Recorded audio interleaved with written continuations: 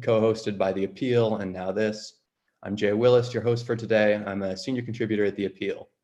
And I'm really excited to welcome our guests to this forum. And boy, howdy, there are a lot of them. We got a full house today. David Buchwald is a former White Plains City Council member who currently serves in the New York State Assembly. David Carlucci is a former Clarkstown town clerk and is currently a member of the New York State Senate. Asha Castleberry Hernandez is a U.S. Army combat veteran and professor who currently teaches foreign policy and grand strategy at Baruch College. Evelyn Farkas has been a foreign policy leader for the majority of her career. She previously served as Assistant Secretary of Defense under President Barack Obama. Allison Fine is an author and the founder of Innovation Network, Inc., an organization focused on improving grassroots social justice advocacy. She's also the former chair of the National Board of NARAL Pro-Choice America Foundation.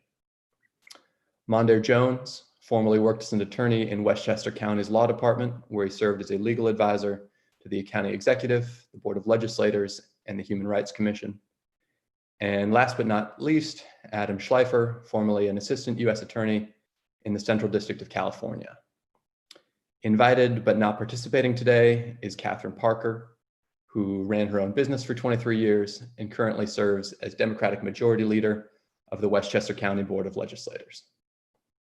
So the 17th district that we're talking about includes Northern and Central Westchester County, as well as Rockland County. And we've got an open race this year as the incumbent, Congresswoman Nita Lowey, is the first woman to chair the House Appropriations Committee. She is retiring after representing the district for more than 30 years. As we mentioned earlier, there are currently 8 candidates vying for the Democratic nomination, and whoever wins is likely to go on and win the general election, as a Republican has not held this seat since 1983. So welcome again to all the candidates. Thanks for joining us. We'll start with an opening statement from each of you and then move on to a little question and answer period. I'll ask questions, give each of you a moment to respond, and I'll follow up as necessary. Please, I know we're tight on time and we have a lot of folks here. Do not make me cut you off because I'll do it, but then I will have to feel bad about being rude for the rest of the day, and I don't need that in my life. So with that said, Mr. Buchwald, take it away for a 1-minute opening statement, please. Thank you, Jay, for moderating, and to the Justice Collaborative for hosting this discussion. I spent my career working to solve problems and pushing for important reforms. After graduating with a degree in physics, I went on to become an economics researcher and then a tax attorney. It was that background in problem solving that led me into public service, first on my city council and then as a state assembly member. And I believe it's my proven track record of success that's prepared me to hit the ground running on day one in Congress. The huge challenges facing our country will take that type of tested leadership. As an assemblyman, I've passed more progressive legislation than anyone in this race, from co-sponsoring the legislation that enshrined Roe v. Wade into New York state law, to writing the law to expose Donald Trump's New York state tax returns, a law the president is challenging in court. The district is losing a serious policymaker in Nita Lowey's retirement. We can't replace her, but we can send someone to Washington who will get the job done. From day one, I'll be ready. Thank you.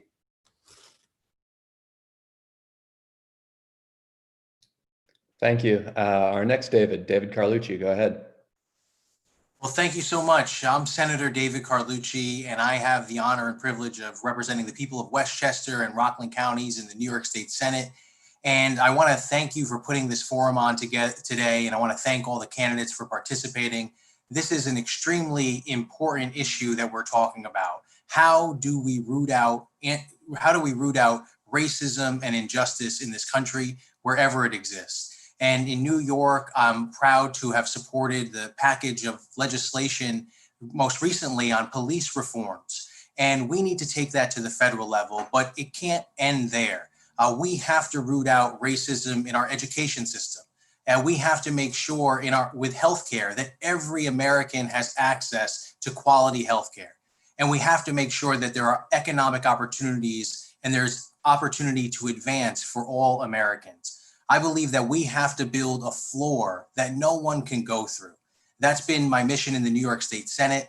Last year, I was able to pass more legislation than any lawmaker in the state of New York and pass real meaningful legislation that makes a difference for survivors of domestic violence, for children and adults that need access to healthcare. So look forward to discussing that with everyone today, and thank you for having us. Thank you. Asha Castleberry Hernandez. Thank you so much for this wonderful forum, especially for the fact that we're talking about social injustices in our country. I grew up as an African American woman facing a lot in terms of both social and economic injustices. Like I didn't come from a lot of generational wealth. I also grew up, but I was still determined to live the American dream. And as a result, I served my country since 9/11. I completed a 30-month tour in Iraq, Kuwait, and Jordan. And so I know what federal policy looks like when it's right and when it's wrong, because I've executed for quite some time. And now I'm a major in the Army Reserves. I'm also a professor, and I really care about education and how we should combat inequalities when it comes to education. And also, last but not least, I really care about the future in terms of combating social injustices, because again, I am the only African American woman and the first one to see.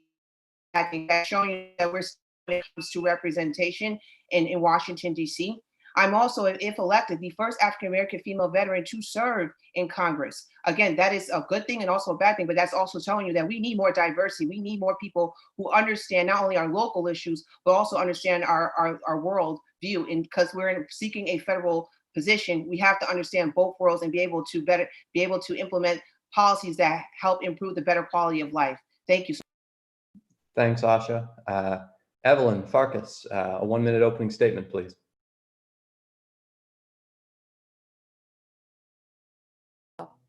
Okay. Hi, I'm Evelyn Farkas. I was appointed by President Obama and served as his Deputy Assistant Secretary of Defense for Russia, Ukraine, Eurasia. I'm running to protect our political freedom and economic opportunity. And for me, this is deeply personal as a child of refugees. I grew up in a family that struggled to make ends meet. I went to graduate school to get my doctorate, where I studied ethnic conflict and nationalism. I served as a human rights officer in Bosnia, and then 2 decades in the federal government, 7 years drafting and passing legislation at the federal level, which is why I know I'm ready on day one to take the baton from Nita Lowey. When I worked in the Pentagon as a senior official for President Obama, I was defending Eastern European countries and their democracies, but also American democracy. And that is why I'm in this race right now. We are experiencing simultaneously occurring crises. I have helped a president in the White House Situation Room. I ran a WMD commission, which made recommendations on pandemics. And as I said, I've drafted and passed legislation in Congress. I know what to do, I know how to do it, and I hope that you'll pick me as your representative on or before June 23rd. Thank you. Thank you. Allison Fine. Thank you for having me today.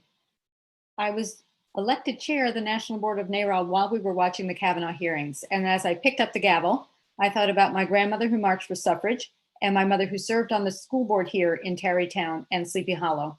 I have spent my entire career fighting for and creating social justice in communities here and all around the country. I'm past president of my synagogue here. I'm the founder of the Network of Elected Women.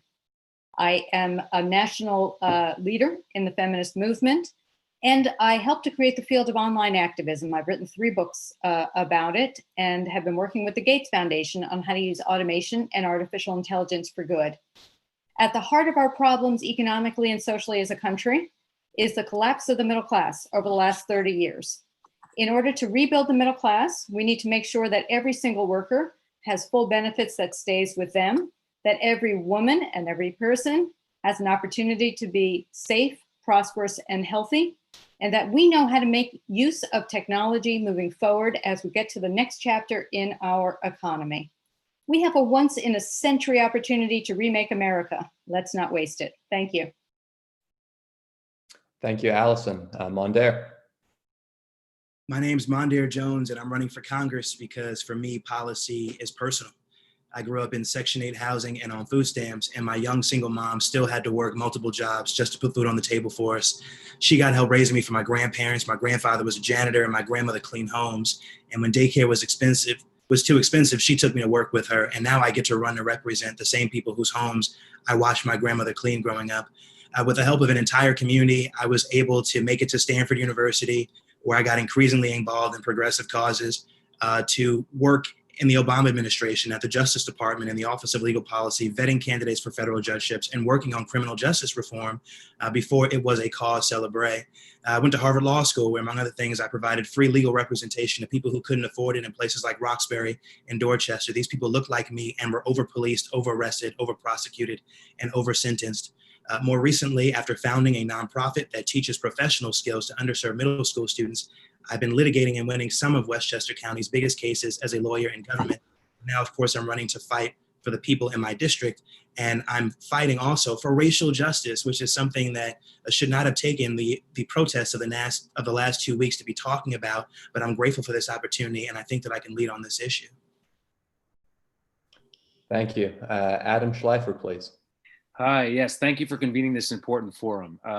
I am the proud grandchild of Holocaust survivors who came here because their families were murdered for who they were, and the proud brother of a special needs young man who does not have the opportunities that I have to go out and try to advocate for others. But I understood from both of them empathy and the need to use every opportunity I have to make this district, this country, and this world a place where everyone can pursue their dreams with dignity and purpose. We've seen over the last few weeks that we have unmet, unredeemed promises of our Constitution when it comes to police brutality and racial violence. I don't have to speculate or guess on how to fix that. I understand the system. I understand the role of the federal government as a former federal prosecutor in enforcing the civil rights protections for all of us, including from police violence. I worked for the person who won convictions from the officers who beat and brutalized Mr. Rodney King, and I learned from him. He was my boss and mentor. I understand what we need to do when it comes to police reform and how to protect all of us and all of our civil rights and ensure that the guarantees of the Constitution reaches every single one of us. Thank you. Thanks very much. So first, I would like to turn to a subject several of you have touched on, which is this ongoing crisis of police violence. These latest killings and a long history of police brutality in this country have set off protests and uprisings across the country. And it's happening at a really unique moment too, when cities and states are slashing their budgets due to COVID-19 for things like housing, education, healthcare, even things like waste collection. But police budgets are mostly untouched, and in some cases, they're even expanding. So as electeds across the country are listening to more and more of their citizens talk about defunding the police. David Carlucci, I'll ask you first. What is your position on realigning public safety budgets by shifting resources away from what we might call traditional law enforcement and instead investing in more public health and public safety, public health-based approaches to public safety? Yeah, thank you, Jay. We have to change the paradigm in America. And we were fortunate that Governor Cuomo on Friday signed an executive order requiring that every police department in the state of New York reevaluate how they deal with a whole slew of issues, whether it's crowding or how they deal with the complaints that have been lodged against them in the community. So I think that is a tactic that needs to be done. Yes, we need to hold our police departments accountable. We need to make sure that they become members of the community and rebuild the trust that is desperately needed. And I'm hopeful that we can take that across the nation to hold every police department around the country accountable for their actions and be responsive to the community. I think that is extremely important, and that's something that I support. I've spent a long time in the state Senate. I'm the chair of the Mental Health Committee, and I see that we have an opportunity to divert people from the criminal justice system. We need to change the paradigm so the police are seen as partners and not as instigators. We need to change that paradigm, and I believe it starts with having that big stick to say that if you don't reform, funding will be taken away. And the money has to be diverted to crisis intervention teams, to divert crisis situations, to make sure that people are getting the help that they need and not just being incarcerated. So thank you. Thank you, David. Asha. Thank you so much for the question. That has been trending as far as defunding the law enforcement. But I think if we're going to, invest in that type of approach, we need to definitely look at, what are we doing as far as pulling the money away? Like, for instance, we need more body cams. We need to make sure body cams are in place when it comes to the law enforcement. Also, we need to make sure that we are funding more in terms of mental health services, especially for both law enforcement and for those that have faced, PTSD as a result of the incident. So mental health is really important, especially when it comes to both. And I think we need to look into that exactly. And also we need to look into possibly investing more into racial profiling issues involving cultural awareness.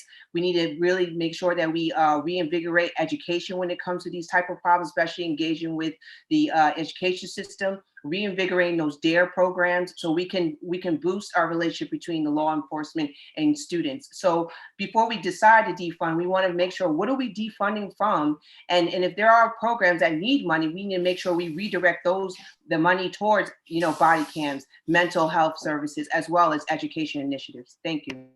Thank you so much. Evelyn.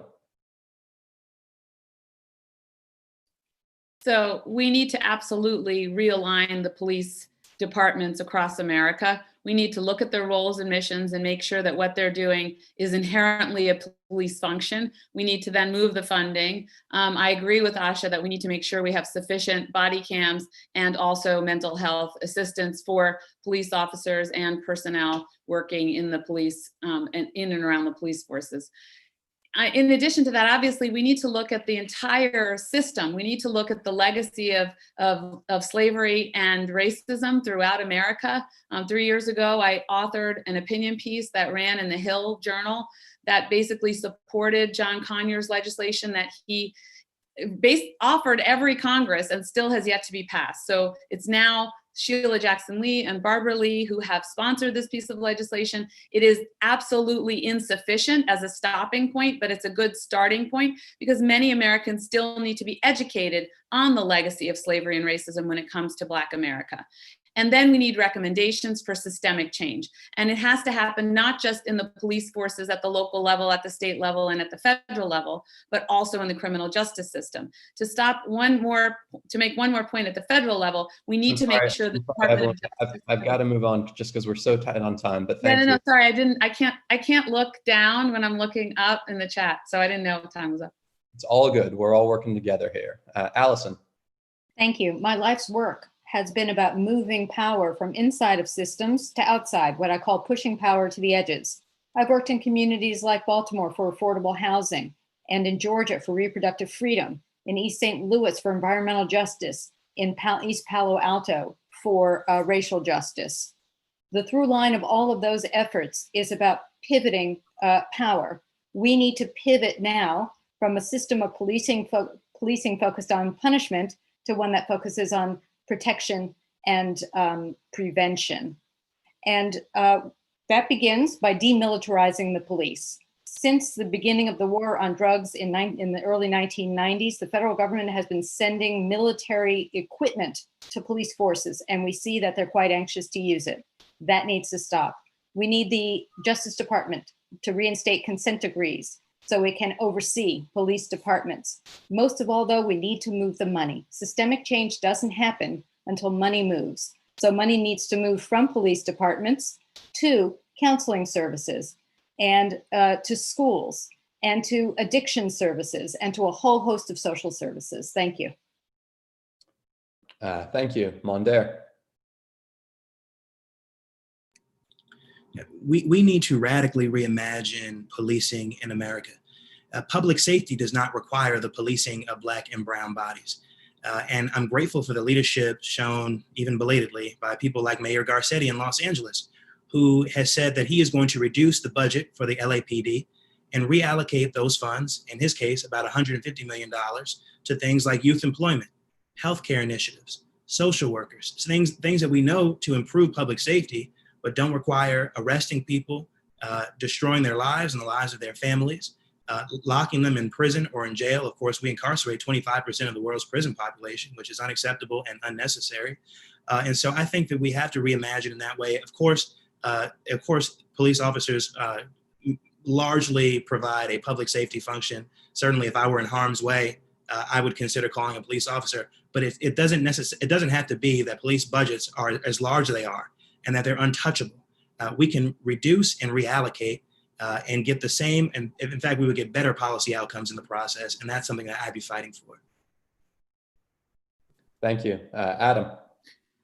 Yeah, as Asha said, my focus is on creating a better system, one that pursues justice and safety and sees those two things as working together and not in opposition. So just as the Washington Post op-ed from 2 days ago pointed out, the Camden example is being somewhat misused and bandied about in somewhat uninformed and maybe insincere ways. My focus is not necessarily, I've never seen a problem in the history of the world where we say we have a problem. You know what we should do? Take away resources. So what I want to do is solve the problem. And so that includes federal enforcement of civil rights laws,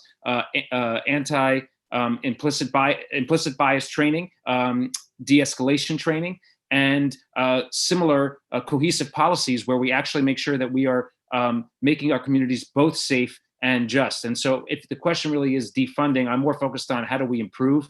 I'm agnostic as to the budget issues until I know what is our vision and how are we going to get there. We certainly need change. I'm so glad we're waking up to that. And I've actually got experience in how to protect our rights and our civil rights when it comes to local law enforcement. So I'm ready to do the job in this. Thanks. Thank you. David. Last week, my colleagues and I in the New York State Assembly held a special session to enact some essential criminal justice and anti-discrimination measures. We, like so many Americans, declared that the status quo of institutional racism is unacceptable, especially in our criminal justice system.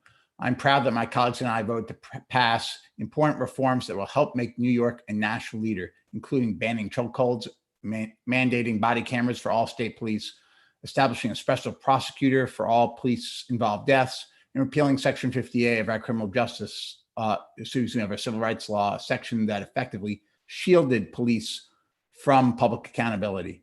But I recognize that changing these laws won't suddenly mean that we've ended serious racial bias in our society. These new laws are a first step for sure, but they are only first steps.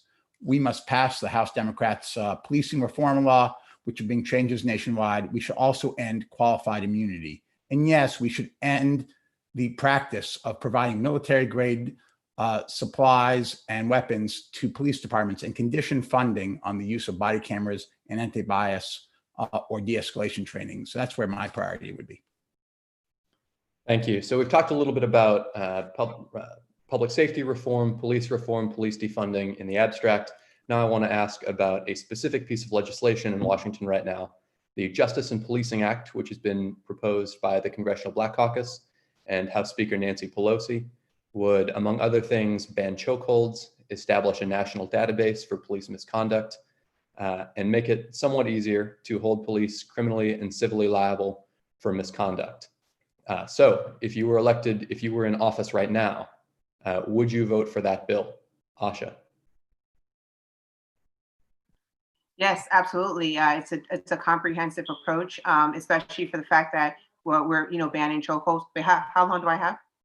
Oh, okay, yes. So of course, yes, it's comprehensive. It's a right approach. We need a national standard on the federal level to make sure that we're giving guidance to our states on how we can handle, de-escalation tactics, how we should manage when it comes to, cultural awareness, also and immunity. I mean, there's just so much in terms of we can do on the federal level to ensure that we can provide the right guidance. And that's one of the reasons why I'm running.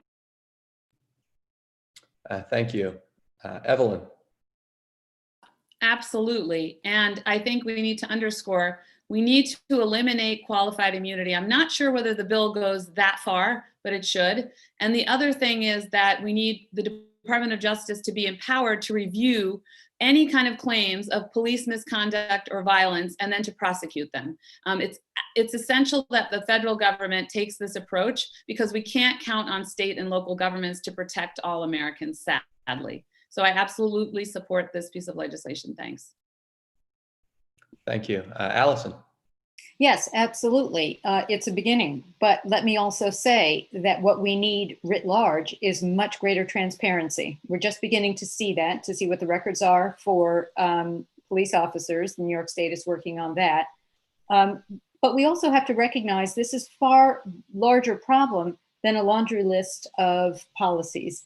This is a deeply rooted culture of punishment and of unaccountable punishment. Imagine a culture where you are wearing a camera where everybody around you has a camera and you still behave this way. So it's going to take much, much more to pivot on this issue. Thank you. Mondaire. I would vote for it, but I disagree that it's comprehensive. It should go a lot further than it does. And one of the things a number of things I would add to it, yes, ending qualified immunity, this practice, this judge-made practice that allows people to get away from civil liability, even though it's clearly violated the constitutional rights of civilians. We have to make sure that we are requiring standards. Excuse me. So if you're receiving federal funds, you should be required as a local law enforcement agency to have your police officers identify themselves, engage in de-escalation tactics, you name it. And also your state should require that an independent agency investigate and prosecute the police killings of unarmed people. And like what we're doing in New York State, for example. But we also have to go well beyond that to end mass incarceration, legalize cannabis, eliminate mandatory minimums, make sure that we fully fund the right to counsel that exists on paper in the form of the Constitution, but doesn't exist in practice, where public defenders have hundreds, if not thousands, of cases that they have to devote attention to and aren't able to give appropriate attention to their individual clients. Thank you. Adam.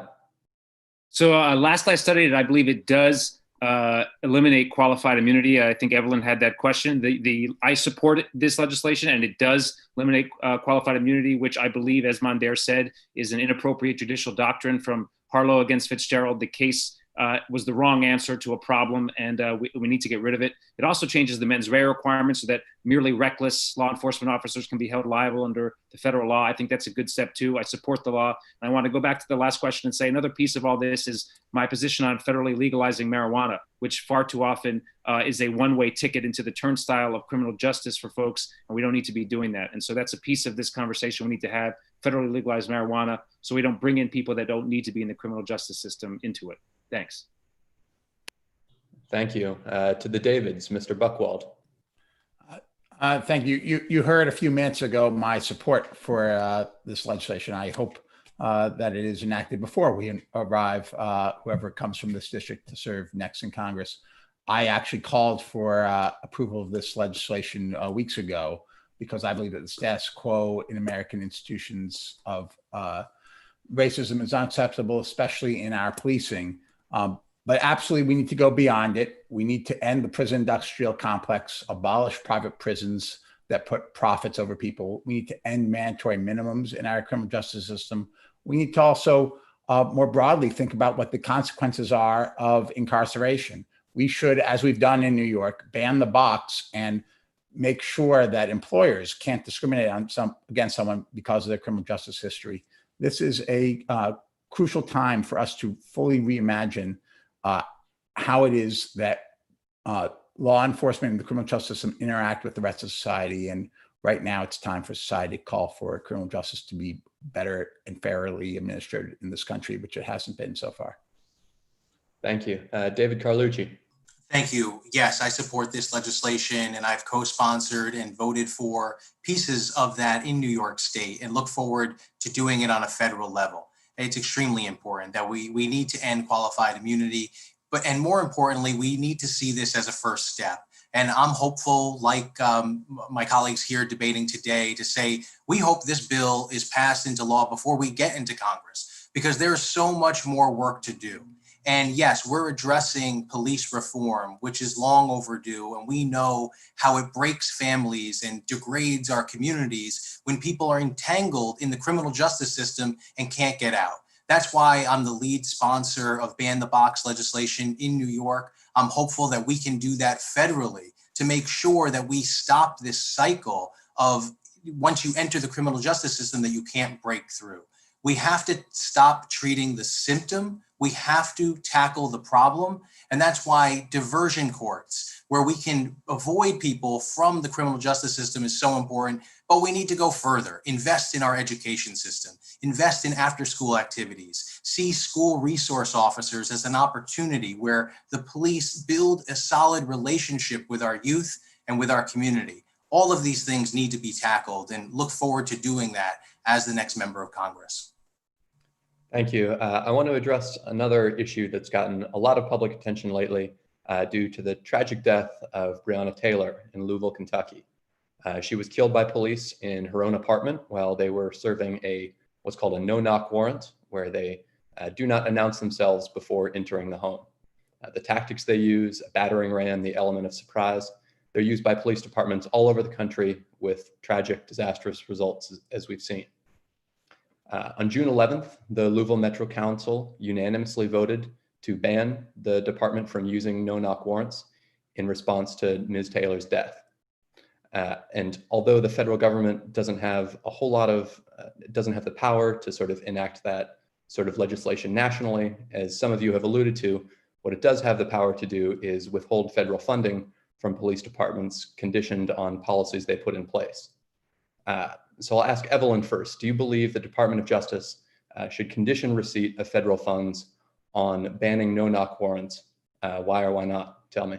Absolutely, because it's un-American. You can't just go into someone's home without knocking and batter down the door. And I want to say a word about say her name, because we know the names of many, sadly, Black men who have been killed by police violence, but we don't know the names of the women. And most of the women actually have been gunned down in their homes while doing things like playing video games with their nephews or with their children, or as Breonna Taylor was in her home in her bed. And I really think it's also time to draw attention to what's been happening to Black American women, not just Black American men. And so this does take a step in that direction. And I applaud Congress for doing it. And I hope it passes. Thank you. Thanks. Allison. Yes, absolutely. Of course, I'm in favor of this. I think what's remarkable about this moment in time and that we need to recognize is that these actions aren't new. It's the fact that we're hearing about it, or more importantly, seeing it. We can go back to Rodney King, how incredibly impactful the video of watching police beat him was. And now we've got cameras and we've got social media everywhere to broadcast these incidences. This is my area of expertise. I help to build the field of online activism. And I think we need to be able to harness these stories for good and to make sure that we are all becoming advocates for ensuring that every single person in this country deserves the right to be seen and to be heard and to have equal treatment under the law. Thank you. Thanks. Mondaire. To something you alluded to, Jay, you're right. I mean, it's very difficult for Congress to impose that nationally, but it can in the form of financial incentives and disincentives. So again, if a local law enforcement agency wants to accept federal funds, one condition of that has to be the elimination of this practice, which I support doing. I agree, it is un-American. The case law says that the home is the most intimate, private space that a person can have. And that has to be protected at all costs. Breonna Taylor was not even under suspicion for doing anything wrong. And yet police officers broke into her home and killed her using unjustifiable force. And so this happens all too often, as has often been mentioned. And one way to stop it is to at least give people the courtesy of alerting them before you enter into their homes. These people weren't even suspected, the people who they were looking for weren't even suspected of being dangerous. If you look at the factual allegations in the complaint. And so it's just a complete abuse of power by law enforcement, and we have to stop that practice. Thank you. Adam.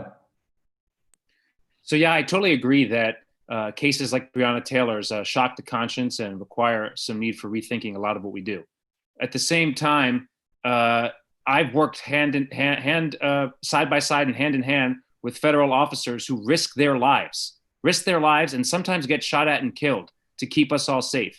And it is a very narrow exception under current law, one that must be shown to a federal judge, a magistrate, to get a no-knock warrant, which is to say it must be clear and shown to a judge who signs off that either evidence will be destroyed or lives will be put at risk, both inside the home and also officers to have the narrow exception authorized to the normal requirement of knock and announce. So if you ask me, do I favor in all cases making knock and announce legal? No, I don't, and here's why. Because I've actually been with the officers and I've actually written the warrants, and I know what it's like to bust down the door of a murderer and try to take that person into custody after they've killed people in the community. And if those people, like the person I had who was a spouse abuser, who beat his wife and had an AK-47 in his house, if I were to knock on his door with my officers before we went in, somebody would get killed. So I don't agree with a blanket requirement that there can never be a knock and announce exception. There are certain circumstances where it's appropriate. Breonna Taylor's wasn't one of them.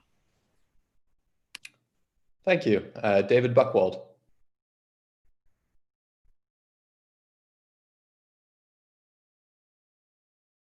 I think hit mute twice. I agree there needs to be a wholesale evaluation of no-knock warrants. Their proliferation has been greatly disturbing and shocks the conscience, and we should condition federal funding not just with regards to them, but also with regards to some more fundamental things that we've seen police departments do. I've called for an end to stop and frisk in our country.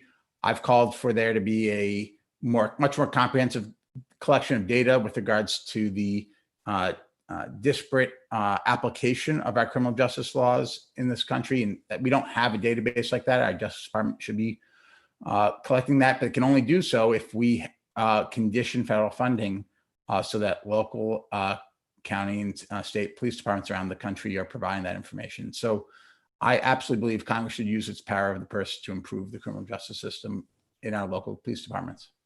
Thank you. Lastly, David Carlucci.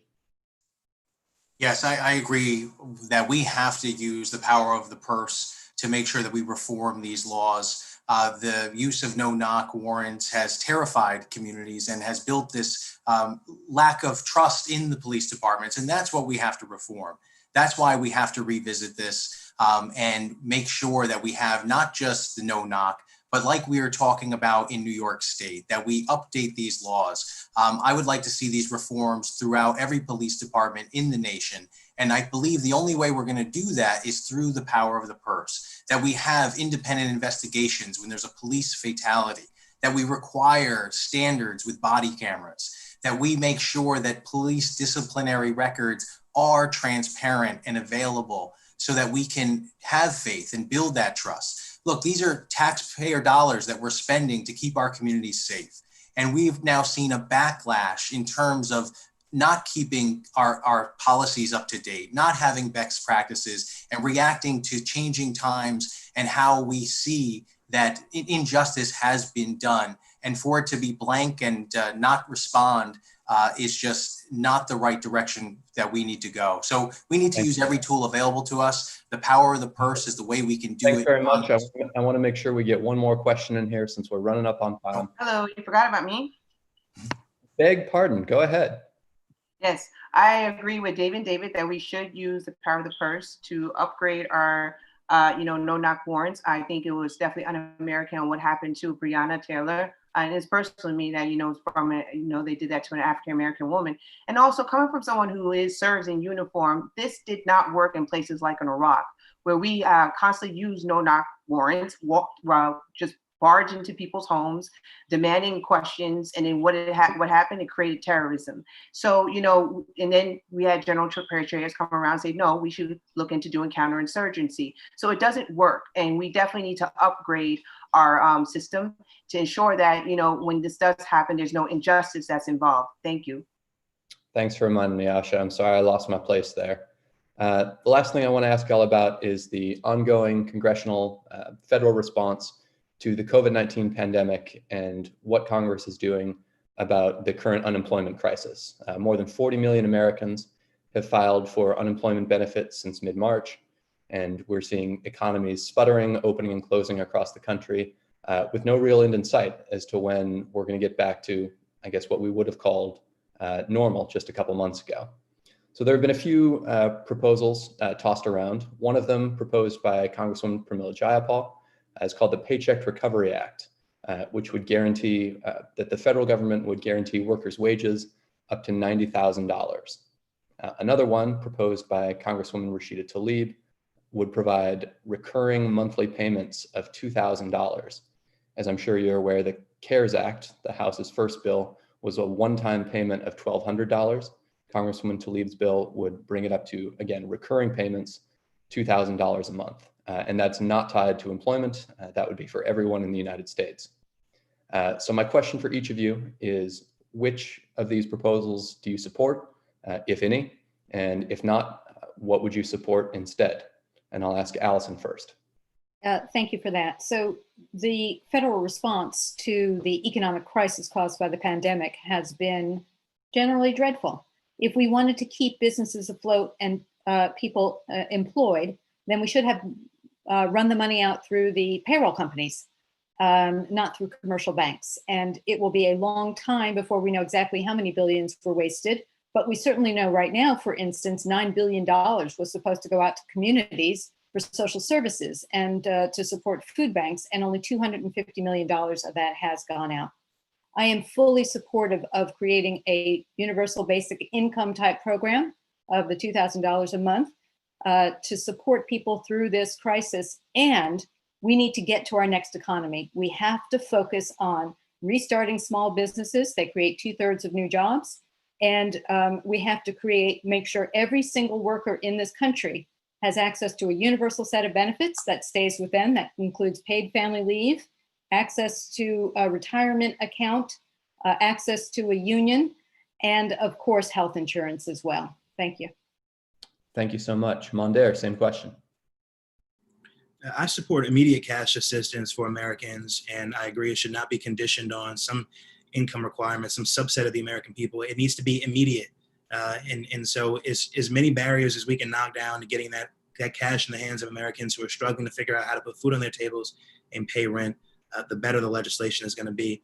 It was Representative Maxine Waters who originally proposed $2,000 for every adult and $1,000 for every child over a 6-month period, and that's subject to renewal. So I support that legislation. Of course, Pramila Jayapal does have her Paycheck Guarantee Act, which is a little bit different. You know, if you've already lost your job, I think it can be kind of difficult to get the kind of cash assistance from that program, and that's why I support the immediate cash assistance, which other people have described as UBI in the short term. But there's an opportunity here. So many jobs have been lost, tens of millions of jobs, in fact. Let's invest in a green jobs program, because so many of those tens of millions of jobs will not be reoccurring, will not just come back even after we lift ourselves out of this economic devastation. And let's make sure we are in the process of doing something that's like Medicare for all. We can at least be expanding access to or eligibility for Medicare and Medicaid in the process. Of course, I support Medicare for all, and if we could do that overnight, I would. Thanks, Mondaire. Adam. Yeah, when Mitt Romney and Andrew Yang agree on something, as they did in the initial $1,200 stimulus, you know that there's a problem that we need to fix and that there's probably a compelling solution. And so I think we need to go further and to put more cash in people's pockets as soon as possible. I think the HEROES Act that stalled out, what the House tried to do, had another $1,200 at least. I think we need more than that. I think we need more cash in people's pockets than that bill had. I think we need to include college students, by the way, who were missing out on the first rounds of cash stimulus. As I say, and my colleagues know, I say 80% of this country can't afford to miss 3 paychecks, and 70% of our economy is consumer driven by the American consumer. So we are going to drive ourselves into a disaster if we don't put cash in people's pockets, and we need more of it right now and going forward, depending on whether there's a boomerang. We also need to condition all corporate stimulus on agreements not to have stock dividends and buybacks with that money, and to keep people employed, because right now they're employed through they're insured through their employer. We can't have folks going into the COBRA market or being uninsured in the middle of the most serious public health crisis in 100 years. So I think we need bottom up and top down, more of both. Thank you, Adam. David Buchwald. Yeah, I wholly agree that the CARES Act was insufficient, and even the HEROES Act, which I support, was still not enough on this front. We do need to make sure that we have policies that really support people. Part of that is making sure that we actually address their health needs. Donald Trump has put forward a false choice that we have to choose between people's jobs in the economy and their health and safety. The reality is, if we want to get people back to work and gainfully employed, it's going to require doing things like ensuring there's enough personal protective equipment, making sure we hold vaccine companies to account when they get federal funds to develop their vaccines. It should be a requirement that those vaccines are provided as low cost and as broad a base as possible. These are things that we're going to need to do so that people can get back to work. But in the meantime, because we're not there yet, we do need to make sure there's significantly increased cash assistance, something approaching some of these proposals. But it is absolutely clear that we have to have a longer term vision as well, which is part of why I support the Green New Deal and want to make sure that we have that green infrastructure investment. Thank you. Thank you, sir. David Carlucci. Thank you. And I agree with so much of what my friends have said here today. And I would support the legislation that you mentioned, because yes, I support cash assistance and I do support universal basic income. That's why I introduced legislation in New York to have a dividend paid to New Yorkers, much modeled after Alaska's model, but do it on the data front in terms of the new commodity that's coming up. But that goes further, that yes, with that, we need robust financial literacy. We need to help the 30 million Americans that are unbanked have access to bank accounts and other types of financial products. And we have to raise the minimum wage. When I started in the Senate, New York's minimum wage was $7.25 an hour. That means if you work 40 hours a week, you work 52 weeks a year, you don't take a week off, you don't take a day off, not an hour off, you're earning less than $20,000 a year. That is working full-time and living in poverty. It's a shame that that is the case in the United States of America. That has to change. We've raised the wage in New York State. We have to do it across the board. Sorry, I need to make sure I move on to Asha here. Go ahead. Thank you. Yes, I agree on most of my colleagues that just mentioned as far as cash assistance that is so needed, especially in places like Westchester and Rockland County, where it's so expensive to live here, especially for low middle income families. And to be honest with you, 2,000 but we still need to push for the cash on hand. And I also agree with Carlucci, where he's saying we need more financial literacy programs. There's a big thirst for that here in Westchester and Rockland County. I've heard that from many families. And also take out the time to invest in our long-term security, like support Senator Cory Booker's baby bonds initiative, where people can be able to invest throughout their decades or years of lifetime, so they can have that type of assistance to sit on. So when a crisis happens, they can have access to capital or money, because many of us do live paycheck to paycheck, and as a result of the crisis, many of us were not able to have access to money. 50% or more Americans, do not have financial assistance or financial investments just to go in to help them during a crisis. I also agree with Fine, where we do need to reinvigorate our small business industry. Thank you. Thank you. I want to make sure I get to Evelyn lastly. Thank you very much. I mean, look, obviously we need to continue the no strings attached stimulus funding to the American people throughout this pandemic. And it's far from over, as we all know. We don't know what to expect in the coming waves. So we also need to make sure we take the opportunity to move as fast as we can. Unfortunately, not likely in this Congress and not likely under this president, but to a new systemic change where we can pay workers not just a $15 minimum wage, but a minimum wage that takes into account the cost of living, that's tied to the cost of living in certain places. Because as Asha said, it is very expensive to live in Rockland and Westchester, and the poverty level does not take that into account. So we need to make sure that we come up with a federal plan, a New Deal, which implements the vision of the Green New Deal, moving from renewable energy to, from fossil fuels to renewable energy, putting money into K-12 education, establishing a public healthcare option, empowering the Department of Health and Human Services to negotiate on behalf of the American people the price of pharmaceuticals, because we know one of the biggest things driving the cost of healthcare is the cost of pharmaceuticals, and the American taxpayer pays into pharmaceutical companies in the form of research money, and the American people pay higher prices for the same pharmaceuticals. Evelyn, I'm really sorry. I would love to talk healthcare with you. I wish all of us had more time to do that, but unfortunately we do have to wrap here. Again, I really want to thank all the candidates for joining us for this forum for the 17th Congressional District in New York. Quick notes on logistics. Early voting has started. It goes through June 21st, and primary election day is this upcoming Tuesday, June 23rd. If you're voting absentee, the deadline for the postmark return is June 23rd, which means that's got to be in the mailbox on election day. Again, I really want to thank all of our candidates for joining us, and have a good afternoon, everyone. Thank you.